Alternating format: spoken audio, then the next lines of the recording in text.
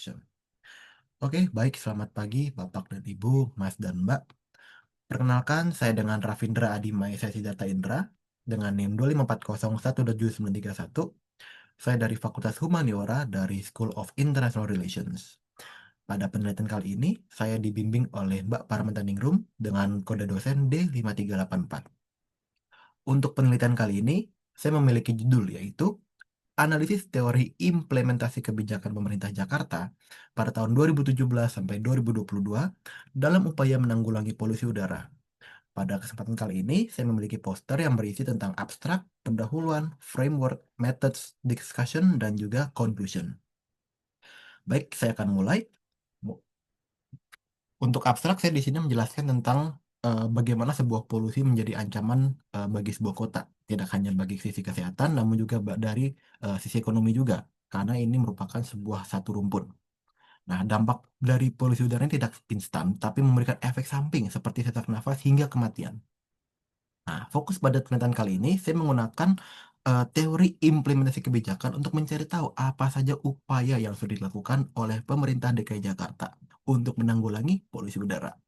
Nah, untuk penelitian kali ini saya juga menggunakan metode yaitu metode penelitian kualitatif dan juga di sini saya menggunakan data-data sumber data yaitu secondary data. Secondary data membantu saya supaya saya bisa mengefisiensi waktu serta biaya dan juga secondary data saya bisa mengakses secara historis apa saja aksi-aksi atau kebijakan-kebijakan yang sudah dilancarkan oleh pemerintah Kota DKI Jakarta untuk menanggulangi polusi udara tersebut. Oke, sekarang kita masuk ke pendahuluan. Di pendahuluan, saya di sini menjelaskan secara singkat bahwa polusi udara ini merupakan sebuah ancaman tidak bagi sebuah kota, namun ini juga bisa menjadi ancaman bagi negara. Karena polusi udara sendiri itu memiliki sifat yang ringan. Dengan sifat yang ringan tersebut dan juga dengan adanya arah angin, nah maka dari itu polusi udara bisa menjadi sebuah ancaman namanya transboundary air pollution. Transboundary air pollution ini merupakan salah satu ancaman yang dimana sebuah polusi dari sebuah titik kota atau negara itu bisa menyebar ke kota atau negara tetangga lainnya, seperti itu. Nah, bagaimana polusi udara itu muncul? Polusi udara itu muncul karena adanya sumber dari asap knalpot kendaraan dan juga motor dari asap-asap pabrik. Nah, kenapa itu sangat berbahaya? Polusi udara ini memakan jenis aerosol primer. Aerosol primer sendiri adalah emisi gas buang yang langsung keluar dari sumber polusi udara. Misalnya asap kendaraan, pembakaran batu bara, pembakaran terbuka, dan juga asap pabrik. Nah, dari kota Jakarta sendiri merupakan eh, salah satu kota lima terbesar dengan kota dengan kondisi polusi udara yang sangat terburuk di Indonesia. Nah, pada tahun 2022 sampai 2023, Jakarta sendiri pernah mencapai angka 163 dalam Air Quality Index. Nah, dalam range angka 151 sampai ke 200 itu merupakan angka yang tergolong sangat tidak sehat menurut Air Quality Index, seperti itu. Nah, kenapa demikian? Karena di Jakarta sendiri memiliki banyak aktivitas kendaraan bermotor dan juga adanya emisi dari gas-gas buang pabrik serta bahan bakar batu bara. Nah, namun bagaimana sebuah kota itu bisa menjadi eh, sebuah sustainable global city atau misalkan Jakarta itu bisa menjadi lebih baik. Nah, di sini saya menambahkan argumen bahwa saya menggunakan argumen sustainable global city. Nah, kenapa sustainable global city? Karena sustainable global city ini merupakan sebuah kota di mana kota tersebut diisi dengan keanekaragaman baik sosial, politik, budaya, ekonomi. Namun, di kota tersebut memiliki sebuah lingkungan hidup yang memberikan keseimbangan di antara aspek-aspek tersebut. Maka dari itu, Sustainable Global City ini adalah salah satu aspek yang harus dituju oleh Jakarta. Nah, kenapa Jakarta itu mungkin bisa dibilang masih memiliki polusi udara yang masih sangat banyak dan kita belum merasakan dampaknya. Oke, sebagai notes, untuk kebijakan RTA sendiri di sini, itu merupakan salah satu kebijakan yang tidak bisa kita rasakan secara instan. Tidak seperti membalikan telapak tangan menjadi ya seperti itu. RTH ini merupakan kebijakan yang harus membutuhkan waktu. Kenapa? Karena ada proses di mana fotosintesis dari pohon-pohon yang ada di RTH tersebut mengubah CO2 menjadi O2 seperti itu.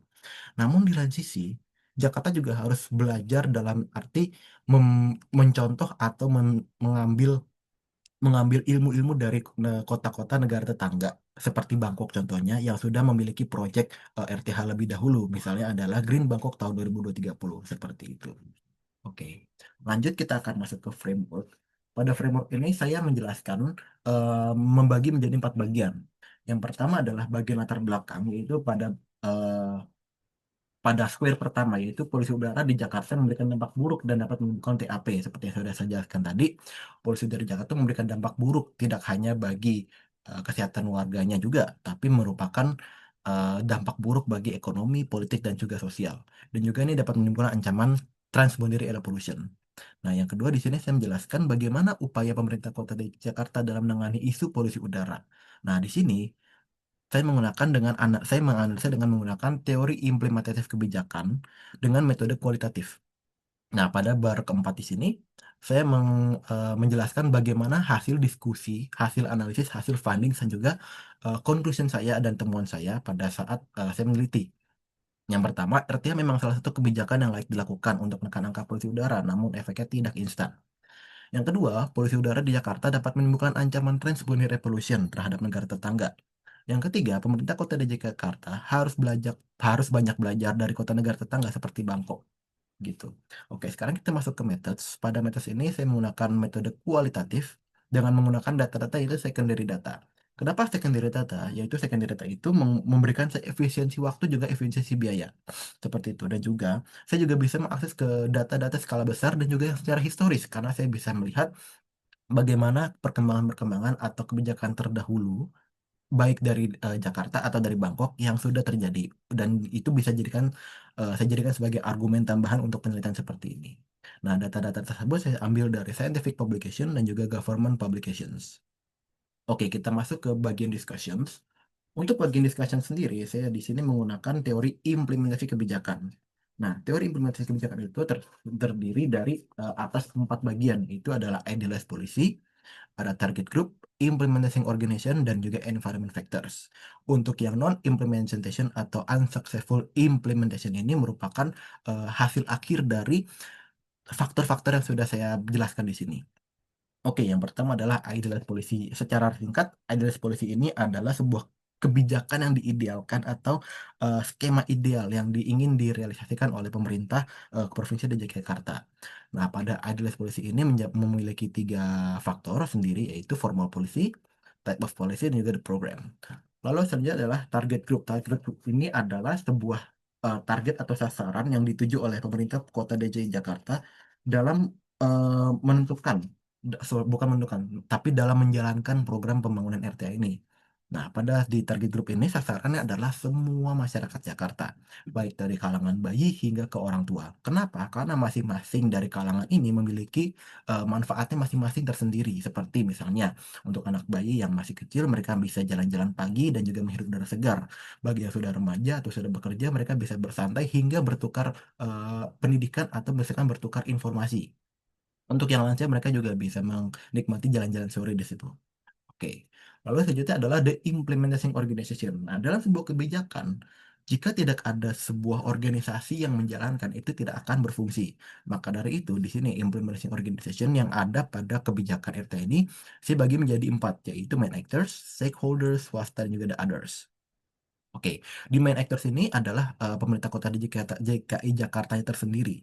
Lalu, eh, di stakeholders ini adalah individu, kelompok atau organisasi dan di sini juga masyarakat juga bisa ikut terlibat langsung seperti itu. Untuk di swasta sendiri pada saat penerapan kebijakan dari pembangunan RTA ini, pihak swasta itu juga mengambil ambil andil dalam pembangunan RTA ini sendiri. Contohnya adalah dalam swasta itu memiliki namanya program CSR atau Corporate Social Responsibility. Nah, dari CSR ini ada beberapa pihak swasta seperti Astra dan juga Summarecon. Mereka itu membuat taman namanya Astra Green Lifestyle seperti itu. Dan juga beberapa pihak swasta yang membantu seperti PT SBI atau PT dari Award Global. Mereka itu membantu dalam revitalisasi tempat ecopark dan juga taman-taman lainnya. Oke, moving on, kita masuk ke environment factors. Di environment factors ini adalah apa aja sih kita bisa melihat faktor-faktor apa saja yang bisa mempengaruhi sebuah kebijakan seperti itu. Nah, pada environment factors ini saya menemukan bahwa ada dua dua faktor yang merupakan kunci. Hmm, Maaf, yang pertama adalah faktor ekonomi, yang kedua adalah faktor sosial. Mungkin yang ketiga akan saya tambahkan itu faktor politik atau faktor lahan. Oke. Untuk faktor ekonomi sendiri ini saya menemukan bahwa dalam prosesnya pembangunan RTH ini pada tahun 2020 itu mendapatkan pengalaman yang seperti APBD tersebut dikurangin karena APBD yang pada tahun 2020 itu dialokasikan untuk penanganan COVID-19 seperti itu. Kalau untuk bagian sosialnya itu ada saya menemukan bahwa dalam pembangunan RTH di Jakarta ini faktor sosial ini kita tidak bisa melupakan masyarakat contohnya seperti itu. Karena masyarakat tersini ini mereka juga ikut membantu dan juga mendongkrak pemerintah DKI Jakarta untuk mempercepat dan merealisasikan target pembangunan RT yaitu 30% dari kota Jakarta. Dan yang terakhir tadi saya mention adalah tentang eh, faktor lahan. Faktor lahan ini merupakan salah satu faktor yang sangat penting atau faktor yang sangat krusial karena lahan di Indonesia itu masih banyak yang kosong atau bisa dibilang adalah lahan tidur. Bisa dibilang seperti itu. Nah, Jakarta sendiri memiliki 33,33 juta meter persegi tanah tidur atau terbengkalai per tahun 2023 seperti itu. Nah, pada tahun 2016 sampai 2021 tercatat bahwa ada 4.060 bidang tanah yang tidak memiliki SHM. Bahkan tanah-tanah tersebut yang kosong itu bisa digunakan jika memiliki SHM. Nah, selanjutnya adalah apakah ini non-implementation or unsuccessful implementation? Nah, sebelumnya untuk non-implementation ini merupakan artinya adalah sebuah implementasi ini berjalan, tetapi memiliki faktor-faktor yang mempengaruhi. Kalau yang unsuccessful implementation ini adalah sebuah implementasi yang sudah berjalan namun terhentikan karena ada satu buah faktor dari baik dari internal atau eksternal yang memiliki dampak buruk terhadap implementasi tersebut. Nah, namun di sini saya menemukan bahwa untuk kebijakan ini merupakan termasuk di non-implementation. Nah, apa itu non-implementation? Nah, non-implementation ini yang terjadi di Jakarta adalah pada prosesnya pembangunan RT di Jakarta menghadapi beberapa faktor. Sudah berjalan, tetapi memiliki beberapa faktor penghambat. Misalnya seperti tadi, ada faktor sosial, ekonomi, dan juga ada permasalahan seperti itu. Nah, oke, moving on, kita akan masuk ke bagian Jakarta versus Bangkok. Apa ini? Nah, jadi pada tabel ini saya membuat sebuah perbandingan. Perbandingan ini saya terisi dari total luas, target program, lalu ada tipe tipe RTA sendiri, dan juga ada fasilitas. Nah, di sini saya gunanya untuk membuat Jakarta versus Bangkok ini adalah supaya saya bisa memperkuat argumen saya bahwa Jakarta sendiri masih perlu belajar. Belajarnya tidak usah jauh-jauh. Kita belajar saja ke ke kota seperti Bangkok yang ada di Thailand seperti itu. Nah, di sini saya menemukan bahwa bisa dilihat untuk target dari kota DKI Jakarta sendiri mereka itu mencakup 30% wilayah kota. Namun di Bangkok mereka itu lebih besar yaitu 50% wilayah kota. Kenapa seperti itu? Karena pertama, dongkrak atau dorongan dari masyarakat itu lebih kuat di Bangkok. Karena mereka itu eh, dalam artian adalah mereka rindu akan menemukan sebuah eh, kondisi yang hijau seperti itu. Yang kedua, saya menemukan bahwa tipe RTH di Jakarta di Bangkok ini, tipe RTH di Jakarta itu belum 100% sesuai dengan arti dari RT sendiri. RT sendiri itu kan secara umum adalah sebagai paru-paru kota, seperti yang kita tahu seperti Tebet Eco Park, terus ada hutan kota GBK, mungkin ada Taman Suropati, gitu ya. Tapi untuk tipe RTH di Jakarta seperti yang saya cari di data dari Jakarta untuk yang perlindungan hutan, di sini mereka menentukan bahwa RTH tersebut masih, sorry, bukan seperti itu, namun adalah eh, sebuah pemakaman atau TPU itu mereka masih menganggap adalah RTH.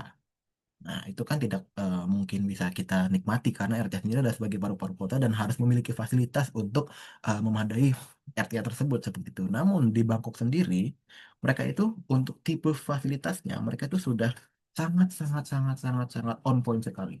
Karena mereka sendiri itu memiliki taman lingkungan, taman komunitas, hingga taman daerah dan taman kota atau specialized garden park seperti itu.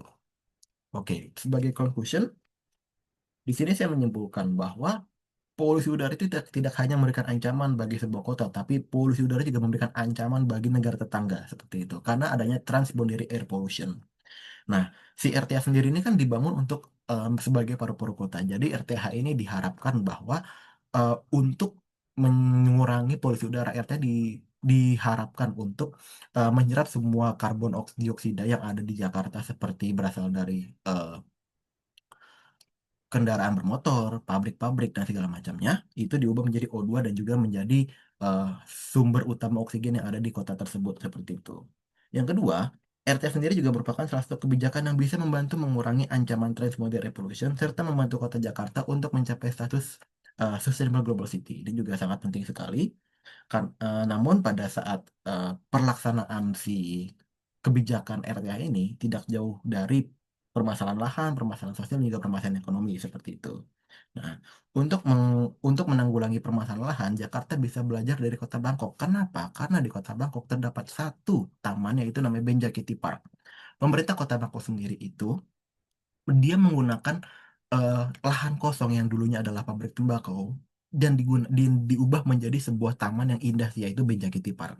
Pemerintah Kota Jakarta harus belajar dalam hal untuk pengorganisasian serta pemanfaatan lahan dengan baik. Mungkin sekian saja itu dari saya secara singkat terhadap poster paper saya kali ini yang berjudul Analisis Teori Implementasi Kebijakan Pemerintah Jakarta tahun 2017 sampai 2022 dalam upaya menanggulangi polusi udara. Sekian dan terima kasih.